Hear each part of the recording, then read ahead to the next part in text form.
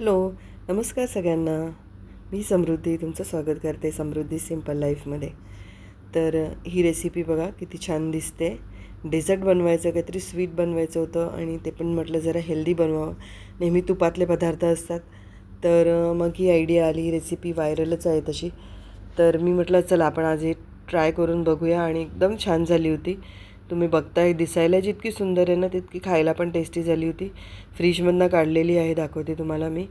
Texture एकदम छान आलेलं आहे. काही एक चूक झाली माझ्याकडनं, ती पुढे सांगते तुम्हाला. तर एकदम सॉफ्ट असं, म्हणजे एकदम मस्त झाली होती. टेक्स्चर तिचं एकदम छान वेगळंच आलं होतं आणि स्मूथनेस आईस्क्रीमसारखं. अशी खूप छान रेसिपी आहे. मुलांना उन्हाळी सुट्टीमध्ये वगैरे खूप छान आहे. कारण माझ्या मुलांना आता लागतील सुट्ट्या, तर मी थोडं ट्राय करून बघते रेसिपीज. एकदम स्मूथ रेसिपी आहे, हेल्दी आहे, प्रोटीनने भरलेली आहे. तर मुलांसाठी तुम्ही अशी रेसिपी नक्की ट्राय करून बघू शकता. आणि अगदी सिंपल रेसिपी आहे. इन्ग्रेडियंट्स फक्त आपल्याला आधी काढून घेतले की 10 मिनटात तयार होणारी रेसिपी आहे. आता इथे मी पनीर घेतलं आहे, म्हणून मी म्हटलं पनीर प्रोटीनसाठी रिच रेसिपी आहे. 200 ग्राम पनीरचं पॅकेट होतं, तेच घेतलं आहे मी. इथे पाव कप कोको पावडर घेतली, डार्क छान कोको पावडर होती ही.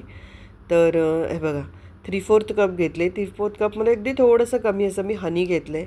हनीच्या ऐवजी तुम्हाला वाटत असेल तर तुम्ही शुगर पण ॲड करू शकता.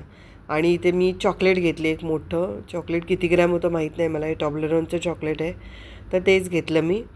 आता काही नाही, अगदी सिंपल अशी रेसिपी. इन्ग्रेडियंट्स अगदी म्हणजे मोस्टली असतात घरी अवेलेबल. कोको पावडर वगैरे नसलं तर पटकन घेऊन या किंवा झेप्टो करा आणि मिक्सीमध्ये टाकलं ना की तयार होणार आहे रेसिपी. आता मी इथे पनीरचे क्यूबच मिळतात. होममेड पनीर असेल ना तरी पण खूप छान रेसिपी बनेली. तर पनीरचे क्यूब्स मी पॅकेट आहे ना ते डीप फ्रीजमधून आधीच काढून ठेवलं होतं मी. आणि आधी कोको पावडर नाही टाकायची त्याच्यात, मी चुकून पटकन पुढे घेतली कोको पावडर. ते बघा पनीर असं सॉफ्ट करून घेतलं आहे मी. एकदम कडक होतं ना डीप फ्रीजमध्ये, तसं घेऊ नका, सॉफ्ट करून घ्या. आता याच्यामध्ये अगदी थोडंसं असं 2 चमचे दूध टाकलेलं आहे आणि हे टाकून करून मी मिक्सरला लावलं. तर मला असं वाटलं ओ माय गॉड, इथे एकदम क्रम्बली टेक्स्चर आलं, तर ही रेसिपी फेल होणार वाटतं. पण नाही, मी म्हटलं नाही, करूनच बघायची आहे मला ही रेसिपी. मग मी थोडंसं त्याच्यामध्ये अजून दूध टाकलं. तर घरचं पनीर असेल तर मला वाटतं दुधाचं प्रमाण कमी लागेल. मी थोडंसं अजून दूध त्याच्यामध्ये टाकलेलं आहे आणि मिक्स करून घेतलं मिक्सरला लावून. ओके, एकदम मस्त पटकनशी होणारी रेसिपी आहे, झटपट. हनी टाकले मी, तुम्हाला वाटत असेल तर तुम्ही शुगरही ॲड करू शकता किंवा दुसरे आर्टिफिशियल नाही, स्वीटनर्स असे मार्केटमध्ये मिळतात ना, तेही ॲड करू शकतो आपण. तर मी हनी, मला असं वाटलं थोडं जास्त होईल म्हणून थोडंसं बाजूला ठेवून दिलं. हे मिक्स केलं आणि मिक्सरला लावलं. तरी पण ते काय जेवढं मला हवं होतं तेवढंच ते स्मूथ असं आलं नाही. मग मी काय विचार केला, आता आपण याच्यामध्ये कोको पावडर वगैरे ॲड करून घेऊ, बघूया कसं होतं आहे ते. नाहीतर थोडंसं दूध, थोडंसं हनी असं टाकता येईल पुन्हा.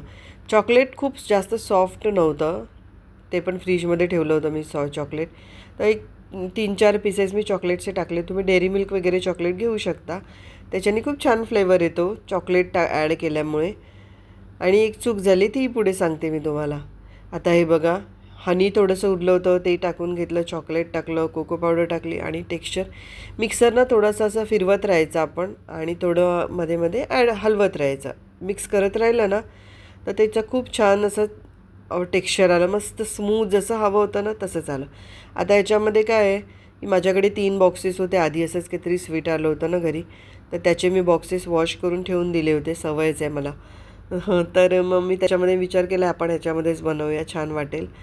आणि काहीतरी रेसिपी बनवण्यासाठीच ठेवलं होतं. तर मग मी त्याच्यामध्ये सगळं टाकून घेतलं बेसला. थोडंसं असं टॅप करा त्याला, म्हणजे वरचा पोर्शन एकदम त्याचा स्मूथ होऊन जातो. ओके, आणि ह्याच्यावरती मी चॉकलेट ड्रिझल करून टाकायचं ठरवलं. तुम्हाला काही जर हवं असतील ना ड्रायफ्रूट्स वगैरे, तर तेही तुम्ही ॲड करू शकता. मी थोडा वेळ आधी फ्रीजमध्ये थंड करायला ठेवलं, कारण मला ह्याच्यावरचे चॉकलेट आहे ना ते ड्रिझल करायचं होतं, पूर्ण कव्हर करायचं होतं. पण तसं काही ते झालं नाही. थोडं बघा, एकदम आधी पातळ होतं, त्यापेक्षा आता थोडंसं हे घट्ट झालेलं आहे फ्रीजमध्ये ठेवल्यानंतर, कारण चॉकलेट वगैरे आतमध्ये टाकले ते घट्ट होतं ना. तर मी इथे सांगते माझी काय चूक झाली. चॉकलेट ड्रिझल करताना जे आहे ना, ते मी चॉकलेट थोडंसं मेल्ट करून घेतलं. पण तरी इथे जे चॉकलेट्स मिळतात ना, तर त्याच्यामध्ये काय ना काही चंक्स वगैरे असे ॲड केलेले असतात. असं स्मूथ चॉकलेट मला मिळालं नाही. तुम्हाला डेअरी मिल्क वगैरे मिळालं तर घ्या. आता याच्यात दूध थोडंसं 2 चमचे ॲड करून घ्यायला पाहिजे होतं, म्हणजे चॉकलेट छानपैकी पातळ झालं असतं आणि मला ते स्प्रेड करता आलं असतं. तर तुम्ही एक तर थोडंसं बटर टाका किंवा दूध टाकून असं चॉकलेट पातळ बनवून घ्या, म्हणजे ते छान तुम्हाला सगळीकडे स्प्रेड करता येईल. मला काही तसं आलं नाही, मग मी मध्येच ते सेट केलं आणि मग ते जास्त कडक पण होतं. दूध वगैरे टाकलं तर इतकं जास्त कडक होणार नाही थंड झाल्यानंतर. तेवढं लक्षात ठेवा. बाकीची रेसिपी जशी आहे तशीच फॉलो करायची आहे. हे मी मस्त हे केलं आणि मग त्याच्यावरती मी विचार केला की वॉलनट्स थोडेसे टाकूया. एक साईडनी असं रांगोळीसारखी डिझाईन काढायची होती मला एकाच कॉर्नरला, पण त्याचं काही जमलं नाही कारण भांडं छोटंसं आहे.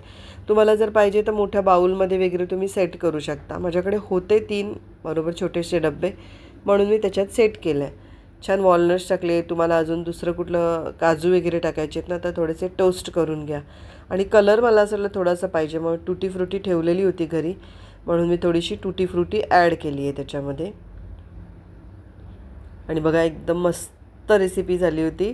आणि पनीरची आहे, काही त्याला शिजवायचं नाही, गॅस चालू करायचा नाही, 2-4 इन्ग्रेडियंट मिक्स केले की पटकन होऊन जाणारी रेसिपी आहे. तर अशी रेसिपी नक्की ट्राय करून बघा. अगदी स्मूथ अशी झाली होती आणि टुटी फ्रुटीमुळे एक छान असं वेगळा टेस्ट त्याला ॲड झाली. तेही मला आवडलं की चला जरासं डोकं लावलं म्हणून.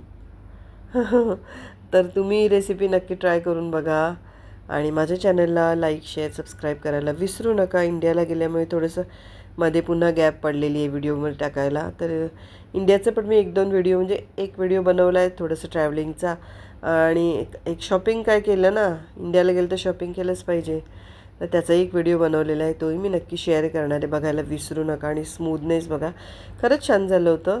आणि तुम्ही ट्राय करून बघा. जे पाहिजे ते स्वीटनर्स तुम्ही ॲड करा. मुलांना आवडलं, म्हणजे माझ्या मुलाला तरी आवडलं, म्हणून मग ते प्रयत्न माझे सार्थक झाले. Thank you so much.